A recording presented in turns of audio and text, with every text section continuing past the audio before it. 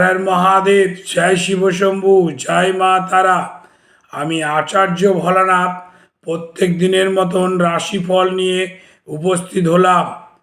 আজ জানুয়ারির 30, মাঘ মাসের 16, বৃহস্পতিবার। প্রতিপদ তিথি থাকছে সন্ধ্যা 5টা 41 পর্যন্ত। সূর্যোদয় হচ্ছে 6টা 23 সকালে এবং সূর্য অস্ত যাচ্ছে অপরাহ্ন 5টা 19।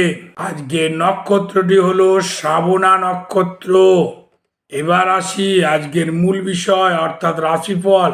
মেষ রাশির যে সকল জাতক জাতিকা আছো তাদের আজকে ভাগ্যোদয় ঘটবে। বৃষ রাশির ক্ষেত্রে আত্মতৃপ্তি বৃদ্ধি পাচ্ছে। মিথুনের আজকে কোনো শোক সংবাদ আসতে পারে। কর্কট রাশি চিত্র বিক্ষোভ দেখা দিচ্ছে।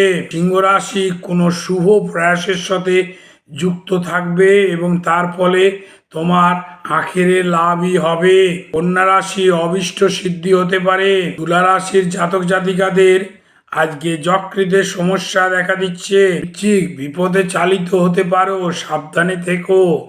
ধনুরাশির যে সকল জাতক জাতিকা আছো যারা চাকরি এবং ব্যবসার সাথে যুক্ত আছো তারা আজকে উচ্চ পদ লাভ হবে।